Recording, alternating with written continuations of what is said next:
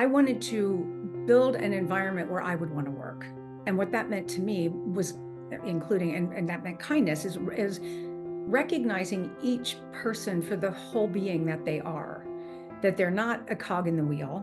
They aren't replaceable. I mean, positions are absolutely replaceable, but the special magic that each person brings is not replaceable. And making sure that everyone knows that that I recognize that, and that they matter. I think one of the kindest things you can do is demonstrate to whoever you're interacting with that they actually matter, the things they care about matter, their lives matter. Leadership Story Talks, where we discuss the practices that engage, motivate, develop, retain, and attract people to businesses. We'll give you principles and tools based on real-world stories to leverage listening and storytelling to become a better leader and management professional. Leadership Story Talks is produced by Narrative, a company that focuses on personal storytelling for business. Welcome to Leadership Story Talks. I'm Jerome CEO of Narrative. And I'm Julienne B. Ryan, and it's great to be here. Absolutely. So before we move on to introducing our guest today, I want to remind our listeners to subscribe to the podcast Leadership Story Talks, leave a review wherever you find your podcasts, and also you can check out our YouTube channel where we keep these episodes as well. And you will find all of that information in today's episode's notes, as well as on narrative.com, narrativ.com/podcast, where you can find all of our previous episodes. So without further ado, I want to introduce our guest today, Christy Pretzinger. Christy is a dynamic, visionary innovator who has transformed the landscape of healthcare content creation. As the owner and CEO of WriterGirl, Christy has built an industry-leading organization that delivers top-notch content strategy and creation to the healthcare industry nationwide. Along with her drive to strengthen healthcare communications, Christy is also passionate about creating an environment where people can truly thrive.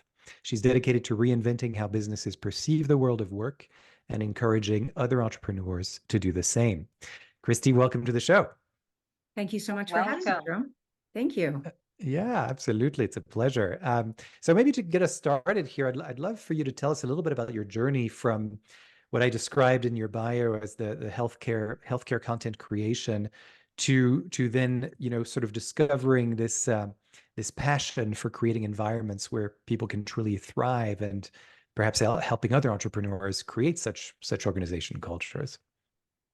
Well, when I was, now I'm fortunate enough to work on the business rather than in the business. But when I was very busy building the business, when I first started it, I said to my accountant at the time, if I can't build a business based on kindness, then I'll go back to being a freelance writer. Because in my experience, I worked places where I felt I didn't feel like I was treated very kindly, or other employees, and I didn't think that was necessary.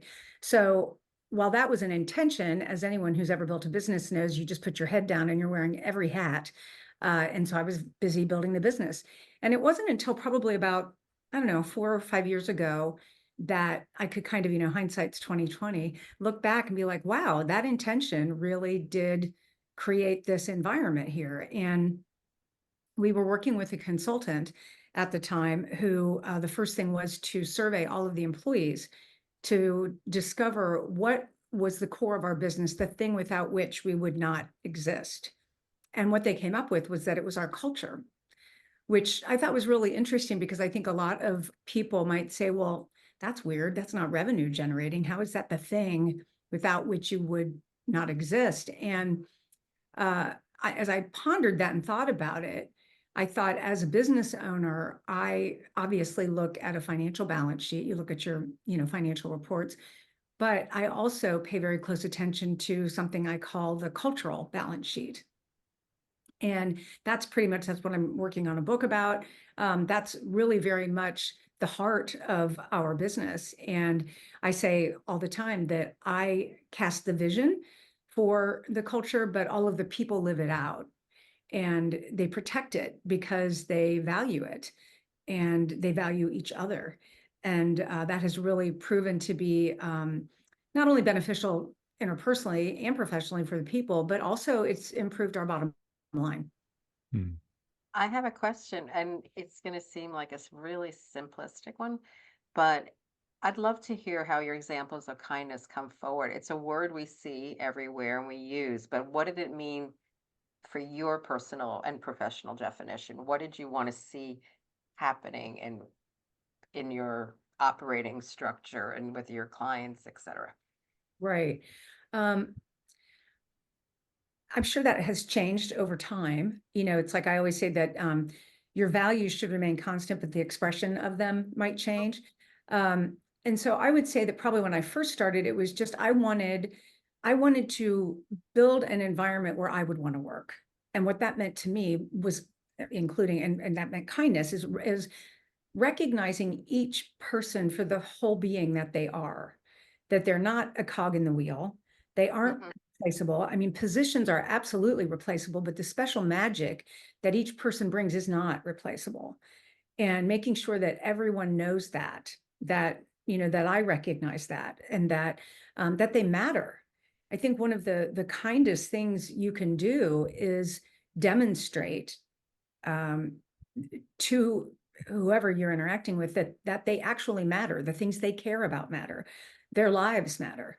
One of the things that we speak about in my organization is we call it life-work balance. We do not call it work-life balance, because I want people to know that that we work to live, we don't live to work. And while work is important, and it I obviously have a fiduciary responsibility to the business, and everyone does work hard, but their personal lives are more important actually, than the work. And letting people know that that matters. People don't have to ask for permission to pick up a kid from school or go to a doctor appointment or things like that, because everybody has a life, and those things matter.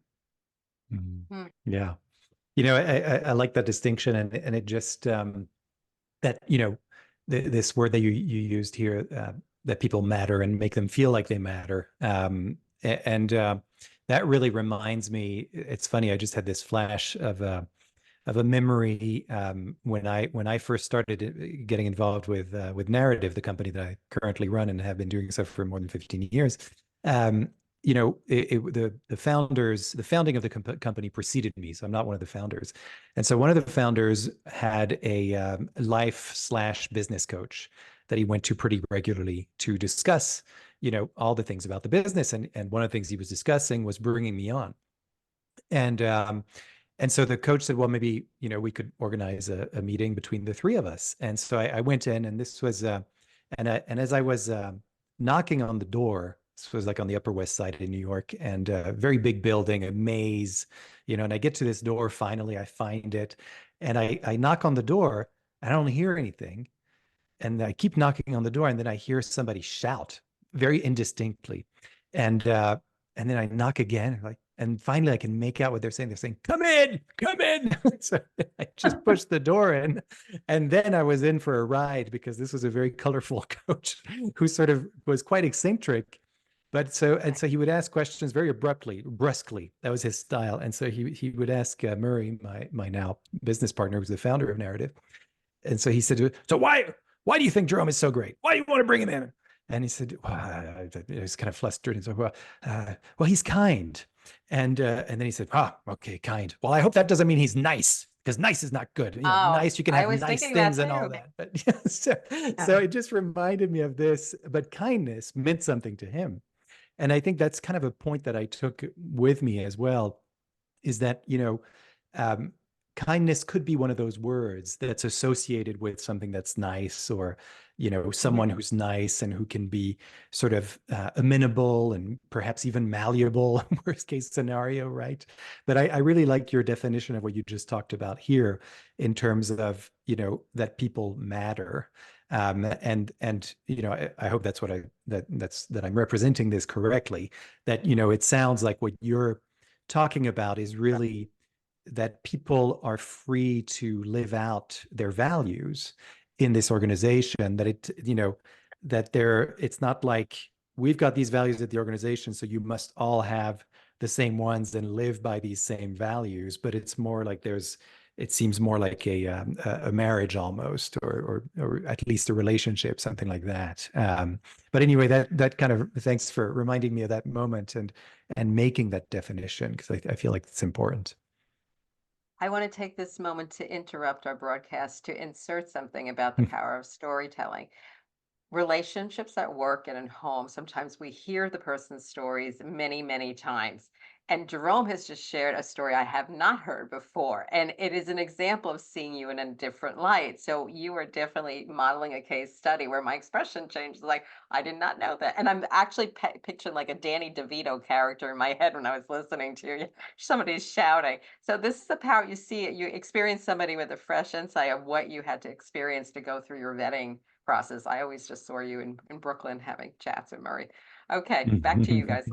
I was going to say something. It reminded me of a story because what happened to me, and then I pulled the thread through. I didn't realize that this was how the kindness thing came about. Really was. I was very close to my father.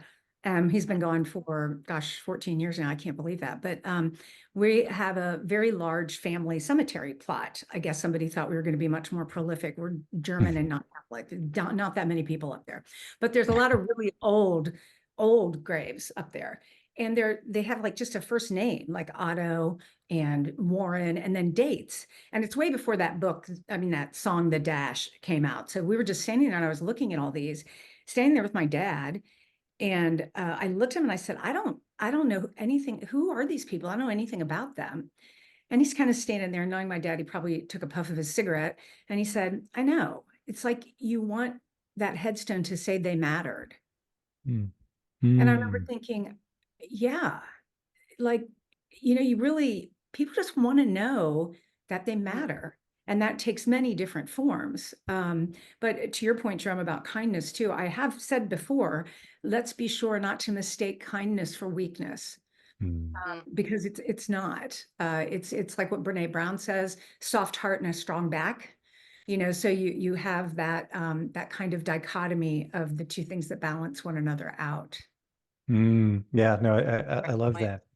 Yeah, absolutely. So I wonder, in terms of, it sounds like you kind of realized that you had built your business around kindness, but a little bit in hindsight, because at first you were just kind of doing the thing, right? And getting it to grow. And now you've sort of acquired this awareness of what that means, and the kind of intentionality. But it sounds like that intention was there even if you hadn't maybe realized it. Where do you think something like that comes from for you? Because I don't think it's every business owner that sort of goes in, as you said, you just keep your head down and you get the thing to grow. But for you, there was also this element somewhere in the back of your head that you realized, a few years later, oh, that was there all the time. But I'm curious, where does that come from? What's the motivation to use something like that in a business? Well, I used to say, and I've changed a lot because this was 20 years ago now. But I used to say that I built the business based around my own insecurities, because I wanted to be everybody's favorite client, and I wanted to be everybody's favorite vendor. So there was, that kind of thing going on, which is no longer the case. It was actually kind of a joke, but it was, I think part of it is who you are as a person. And I've often said, I remember going to like a high school reunion one time, a long time ago, because I haven't been in many years. But I remember going, you know what?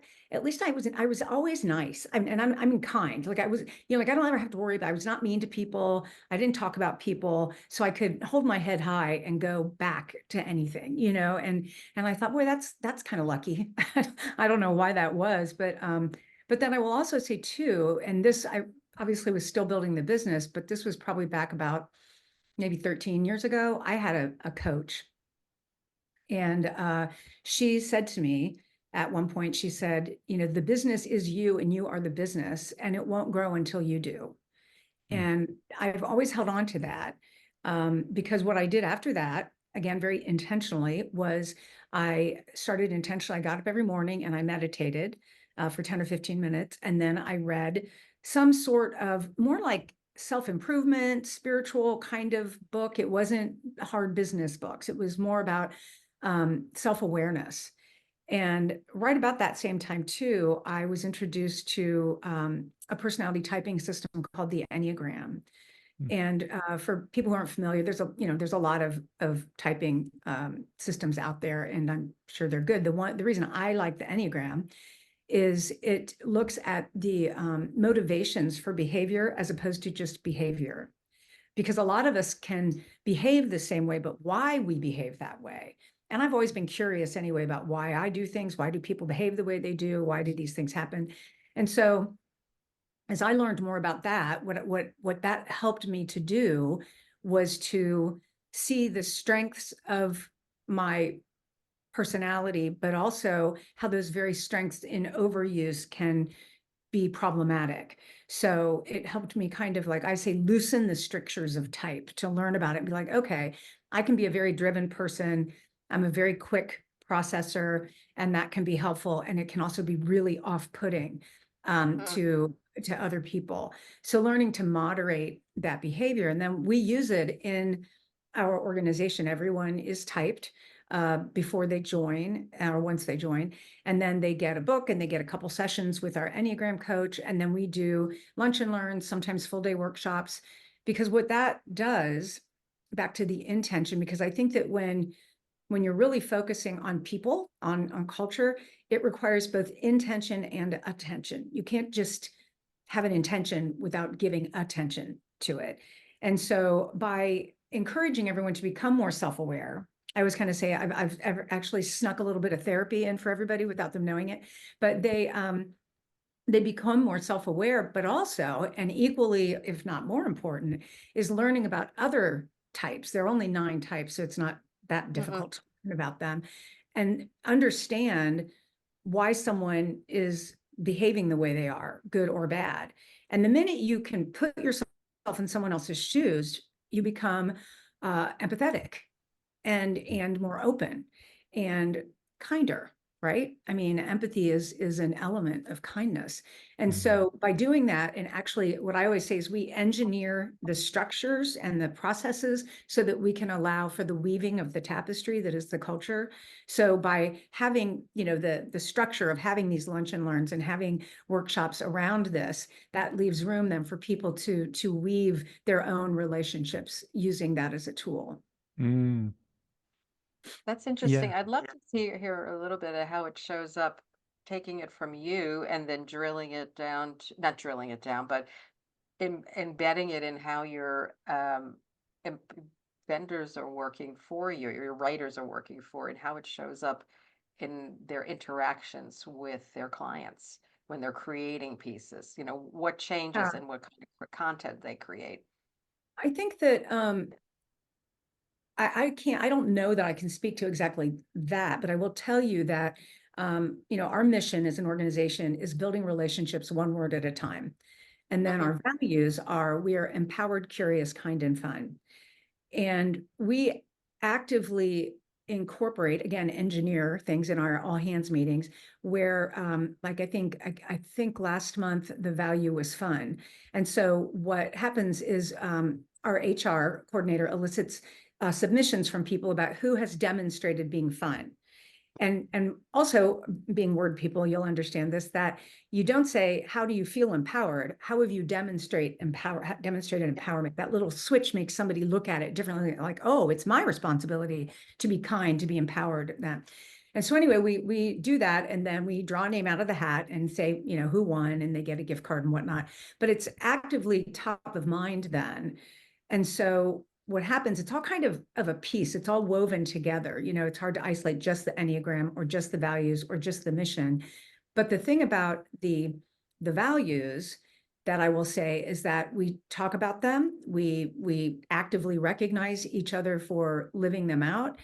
And I say that, as I said earlier, the expression of your values may change, but your values should remain constant. And I call it a thread that goes all the way through your organization and upon which all decisions can hang.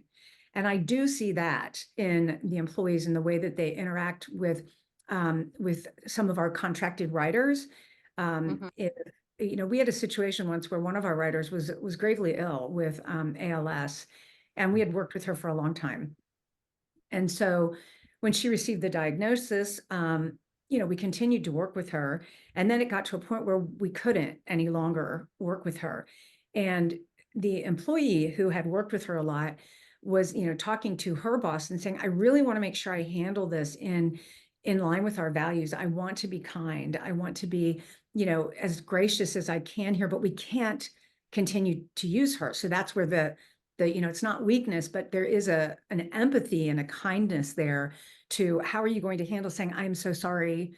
We wish you the best, but we can no longer use your services. So people do have those things in mind in their dealings with, whether it's a contractor they're working with, a client. I often say that we're not someone who's going to go to a client and say, let me tell you something, you're doing everything wrong. This is how you should do it. What we instead say is we don't know the sandbox in which you're playing. We can't possibly know all of the pressures that are put on you. But what we will do is jump in that sandbox with you and meet you where you are and then help you, solve whatever issue you're facing to the best of our ability. Yeah. I love these examples because it really, we went from, your intention as a founder and creator of this business founder and CEO of this business and just, managing this business, but with those intentions. And then now you've mentioned to us how you live by these values in an organizational way. And so I think it's great for our listeners because I just want to point out these few things you said, right? Like, that there is that structure. And part of that structure is the typing, whichever, preferred tool you might have, but these are widely available to people.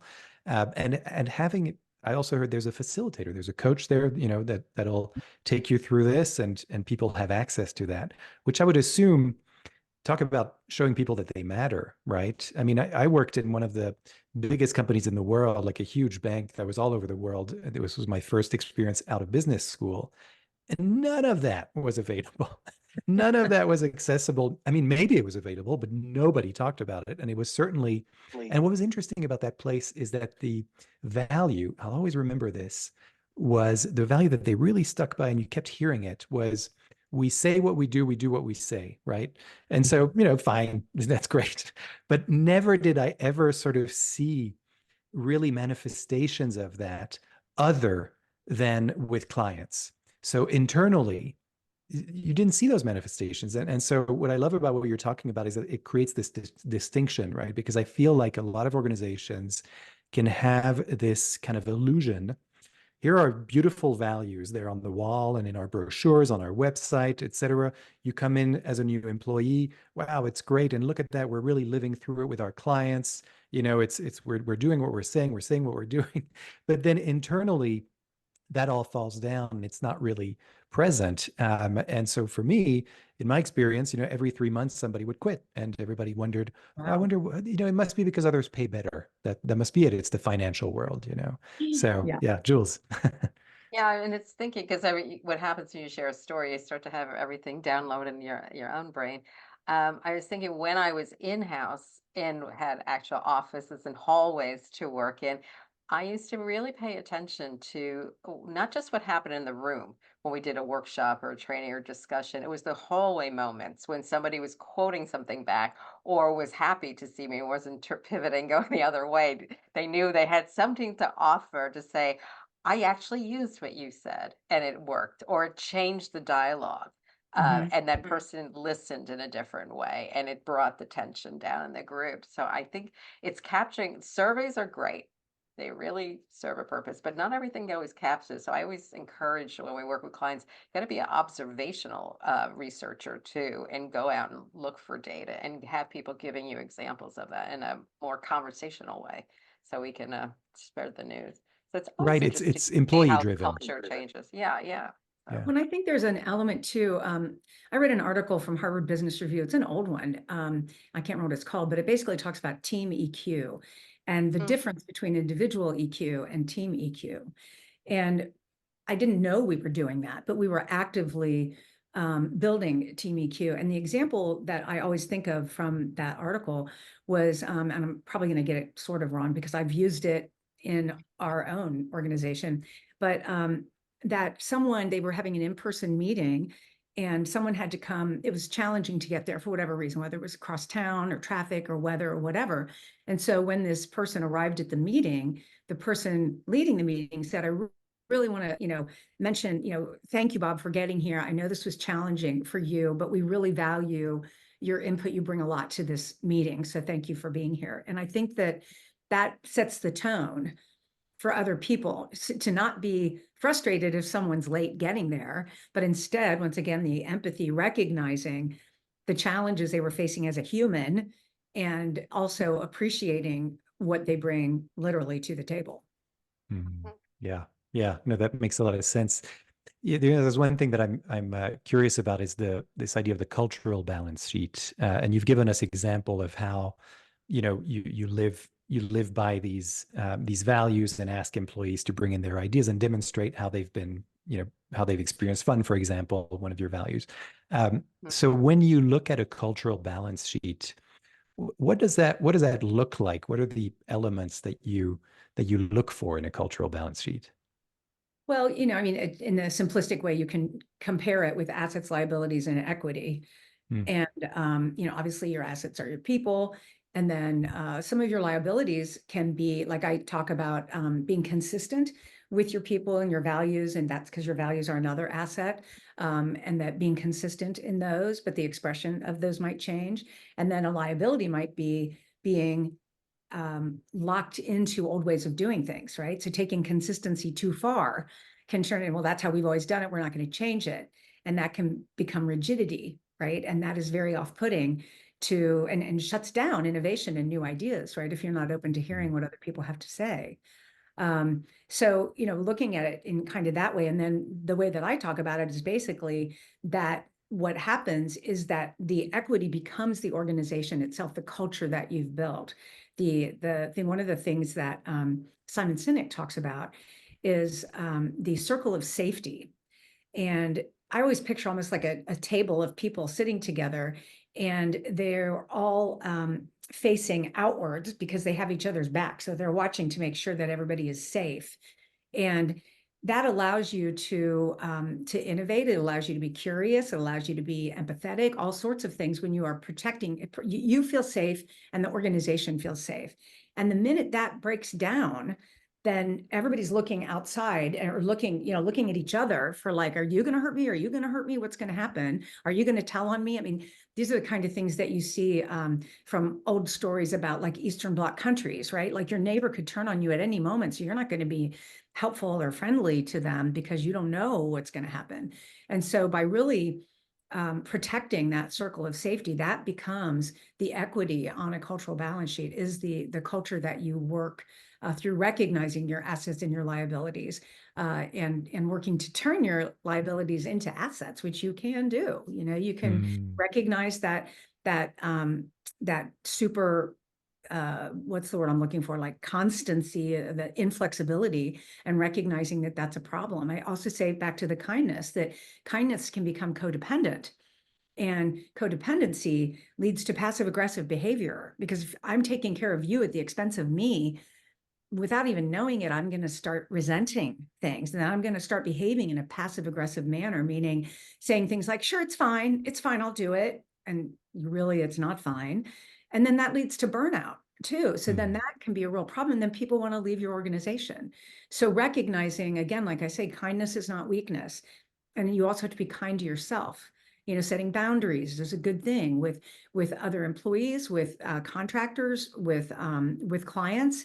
Making sure they know from the very beginning how we're going to work together. And we don't have evening office hours. That's not something that we typically do. Now, if there's an emergency, we understand, but we're not available 24/7. This is how we work, and we respect you the same way.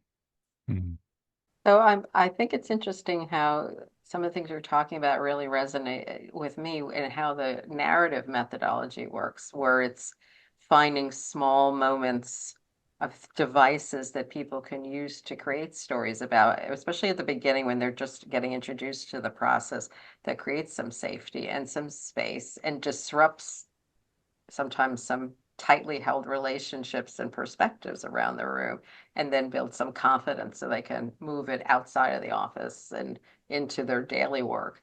I think it's interesting what you're talking about. And yeah, there's a cost, and also to do a check-in with yourself or others to say, what's the price of doing it this way? But getting feedback, but when the more apt you have to trust somebody that they'll listen with an open mind or with some patience, the more apt you can test what you're talking about. Are we doing it to the best way we can, taking these behaviors and playing them One of forward. the things that an example of this recently is that we have done a huge investment in upping our sales force, and for us, it's a significant six-figure investment, and everybody hates technology changes, right? So that's been challenging, but one of the things that when I listen to the people who are really involved in that, and I am not really involved in that, it's very complex, but I listen to them talk. And I'm always, at a 30,000-foot level because I'm not in the day to day. But my question always is, wait a minute, is this affecting the joy people have in their work? Have we come up with a technical solution for a relationship organization? We have to make sure we got to balance that, because I always want to automate whatever can be automated, again, engineering the structures and processes to allow for the building of relationships.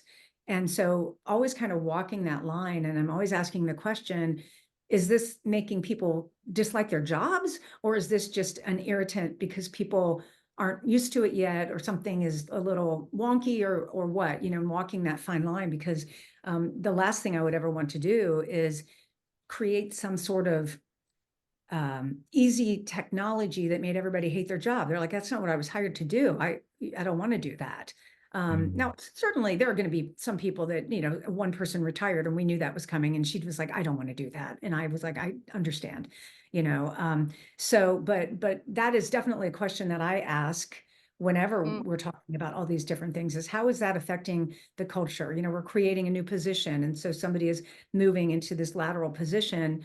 But like, what does that mean for the other person? There are two people in the same position. One is moving into a new one, the other one isn't. How is that going to affect the one who's remaining? Have we spoken to her first? Let her know why this is happening, what this means. And, I think that having a culture that is based on building relationships and includes kindness is more time consuming. It's a lot easier to just be like, I already know what you need to do. Just go do it, and just, leave me alone and go do what you're paid to do. That's much easier to do than it is to be like, well, tell me more about that. And to listen and allow someone to express themselves, any concerns they might have, or opinions they might have, or point of view that's different than mine or somebody else's. And it takes more time. It takes more time to be thoughtful than it does to be efficient. Yeah, yeah. But it sounds like it's in your experience, it's certainly worthwhile and worth the required investment of time and perhaps even money, in terms of just that goal that you have of joy and well-being and building relationships. And what it reminded me of, Christy, is that this is reflective of society at large, right? So culture out there is the same as, it's going to affect people in here, in your organization. So when we talk about cultural organization and the culture at large, it's pretty much this, we're thinking about the same things because they're not separate, right? So when you talk about, in my mind, what I was hearing, and I'm paraphrasing, but that's what came up for me, is you're talking about guardrails. When you look at technology, is this technology, okay, great, it's going to help us, it's going to be more efficient, more effective, and all that, but how is it affecting us on a human level? This is exactly what everybody's asking themselves about AI right now. What's this going to do to us as human beings? And I think it's interesting when we go into an organizational mode, there's a lot of us that believe that, well, that's different. It's about being efficient, it's about being productive and all of that. And it's different from out there, but it's not actually, because we're humans in an organization and we're humans out there. And so why would it be different? And why would things that are out in the world, why wouldn't they affect us when we're in an organization? So I just wanted to point that out, because for me, it's such a great mirroring of the big questions that people are asking themselves all the time. And so in an organization, you're doing the same thing. And as the person who's leading the organization, of course, it's your responsibility to look at that. But I don't know that everybody really gets that. Well, I think there's a book from a long time ago, and I think I might be getting it wrong, but I think the title was "There's No Such Thing as Business Ethics," because there's just ethics. Mm. right? You either are ethical or you're not ethical. And it doesn't really matter. I mean, I've always said that I want to be the same, whether I'm talking to a CEO of a, a global organization, or whether I'm talking to, somebody who's cleaned up the floor, because that's just being human, right? That you want to just be human. Everybody, it doesn't matter. That person cleaning the floor wants to know they matter just as much as the CEO of the, huge corporation wants to know that they matter. It's the Yeah. common thread through the human experience, isn't it? Yeah, absolutely. So I'm curious, you mentioned that, you're working on a book, I think, and how do you see yourself taking this experience, of leading an organization in this way? And you're here on this podcast talking to us about these principles and how they've manifested. I'm assuming there's a desire to, kind of spread this message that you have. But how do you, well, first of all, is that true? And how do you see yourself kind of doing that if it is true? It is true. And, Yeah. I always say that anything I've ever done, I've never really done it for a money motivator first. I mean, part of it was I was the breadwinner in my family. I was just working hard to build a business. And so I have some different ideas. I'm writing a book called Your Cultural Balance Sheet, Strategies to Creating an Environment Where People Can Thrive. And we're working on that. And I'm talking on podcasts a lot, but I also have some ideas of a lot of different things that I have experienced, both personally and professionally, in terms of small groups of people. I know that organizations across the world, not just in healthcare, because that's just where we happen to be at this moment, although I'm sure we'll be expanding outside of that, but that people are worried about employee engagement, retention, and career pathing. And that's a cultural issue, isn't it? And most people know it's a problem, and they aren't equipped, or they don't have the time to even begin to address it. I mean, it's really crazy. So I have an idea of getting like positions across organizations together, that they don't work in the same organization, and having small groups of people and teaching them the principles of an effective small group where confidentiality is key. The group, kind of the EQ, that is sacred, that there's no advice giving, there's only experience sharing, and where people can actually be open and get to know one another. And then these people know each other and can offer insights and observations and experience share to each other. And a way of, I feel like the world is hungering for human connection. We've got social media, people just being nasty as all get out, that ways they would never speak to one another in real life. Globally, not just in the US, we have horrible divisions in all of these countries all over the world. And it's a very us them kind of thing going on. And yet I think people yearn for connection. They really do. I mean, I think that COVID changed things, and not necessarily in a good way. And people just got kind of isolated and went in their own little rabbit holes, but yet they still want to be connected. I said about 20 years ago, this was before social media was a thing. Facebook didn't even exist. I don't even think MySpace existed. There were a lot of chat rooms around, if you guys remember that. And I knew some people that were like, they loved it. They're like, oh my gosh, this is great. I'm building friends. I'm making friends all over the place. And I was like, I kind of think the purpose of that is to get to the human interaction, the smiling and nodding and all the nonverbal communication. And you would have thought that I had asked them to sacrifice their firstborn. They were like, oh my gosh, you're wrong. And da, da, da, da. Well, I think fast forward 20 years, I think it's proven to be true that those aren't real relationships. I think they can form real relationships. You can meet people that way. And then now with the technology, that's a good thing about like Zoom and things like that. I mean, our organization is all virtual, and we have very close relationships, very intentionally using the technology that is available to us. So anyway, I'm trying to figure out how to kind of bring those things to the world and form these groups of people that can reinforce to one another that they indeed do matter, and that their presence makes a difference in the world and in that small group, and then in the world and their organization and whatnot. Yeah. Strong theme for sure. And a good goal. So we have an important question for you, Jerome. Should we ask it? Yes, let's do it. Speaking of experience sharing, there's a question that we ask of all of our guests, and that is, if you could please tell us about an experience that you've had that still that has shaped who you are today, and perhaps still influences you or informs how you decide on things, how you behave, etc. Oh gosh. I've been around a long time, so there's a lot of experiences, that have shaped me.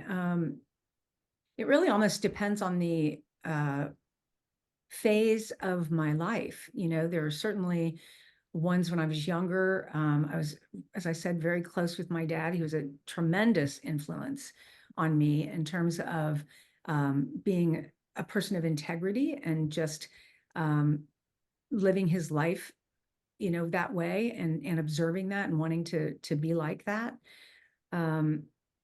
I think that the story I shared about the coach telling me that the business is you and you are the business, I have held on to that, and I come back to that time and time again.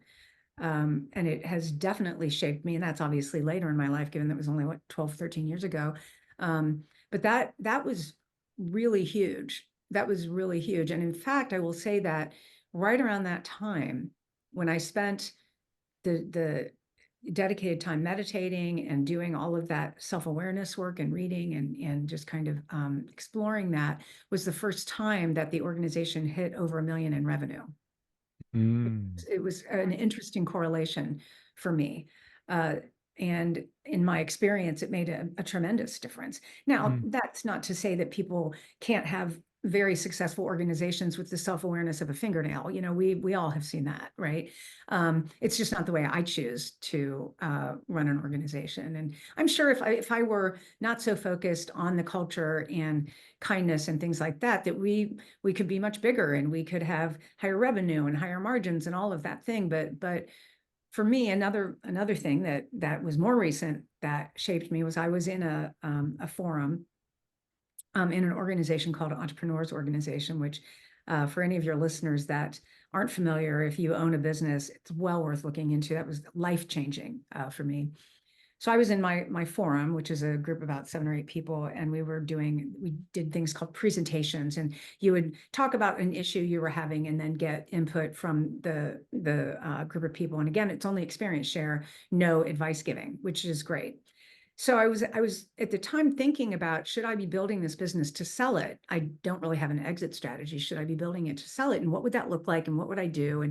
And the people in this small group, several of them had exited successfully their businesses. One had raised PE money and then still kind of worked as the executive chair. Another one had sold to a large publicly traded company. Several ways of exit. So they were all very familiar with this. And so I'll never forget this. The person who was my coach on this used a technique called the repeating question that you may be familiar with, which actually, as the one on the end of it can be supremely irritating because you don't really want to go that deep sometimes. And he was asking me about, like, what would make it a failure if you did this? And, you kind of start with the surface. Well, what about this? What would I do? Blah, blah, blah. And then finally it got to the point, the thing that really made me almost tear up was, like, if I walked away with piles of money and this culture fell apart and the organization changed, that would be, other than ruining my son's life, that would be the biggest failure of my life. Everything that I had fed into for 20 years, actually 15 years of actively building it, it would be like, why did I even bother? Because money can't replace that for me. It would just make me feel terrible. And actually, I have a friend who's they did sell their business for a lot of money. And she shared with me once they went back for something. It was a much larger organization, and they went back for some event. It was like maybe a big picnic or something. And so many people came up to them and were like, oh my gosh, it's just not the same. And all these things. And it was her and her dad. And they were like, we are never going to that picnic again, because it was so devastating to hear the people talk about the loss of what had been. And they walked away with piles of money. I don't think I could do that.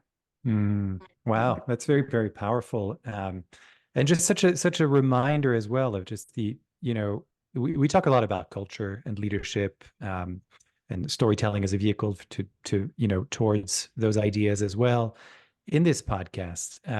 And I feel like this particular episode in this interview is really, I mean, you've really kind of manifested what it means to have a thriving culture, and also what you just talked about now on the flip side of that, right? The risk that we Mhm. might be taking if we're not paying attention to that. And that's the emotional risk. It sounds like the people who left for those piles of money, they've got a certain weight on their shoulders to be carrying around now. And yeah, I would venture to say that there's no amount of money that's going to make that lighter, you know. I will say So, they do very, very good things with the money that they have. And I think part of that is because of mm, that. They're mm, very involved in philanthropic things and in all sorts of very important work. interesting. Um, so it's interesting to me to Yeah. see, you know. Yeah. Yeah. Well, great. I wish we had more time because there's so I much always, to talk about, but I'm really keenly interested in what you will be doing with this knowledge. So please keep an experience and keep us posted on what's next and when the book comes out and all these different things that you're doing, because I know our listeners are really interested in all of these topics, and especially, I want to thank you for these very practical examples you gave us as well in terms of how do you manifest values in an organization and make people feel like they matter, because a lot of people say that, but then in actions you don't really see that. So thank you so much for sharing all these experiences. I wonder if maybe there's something you would like to leave our listeners with in terms of, you've given us many different kinds of resources and references, but if there's anything you'd like to add. Boy, I think that I go back to that same thing that coach telling me that. I think that the power of self-awareness cannot be underestimated. Mm, It's like, I mean, well, it can be underestimated. It's the key to so much. It's the key to your personal relationships, your work relationships, your parenting, your friendships, everything.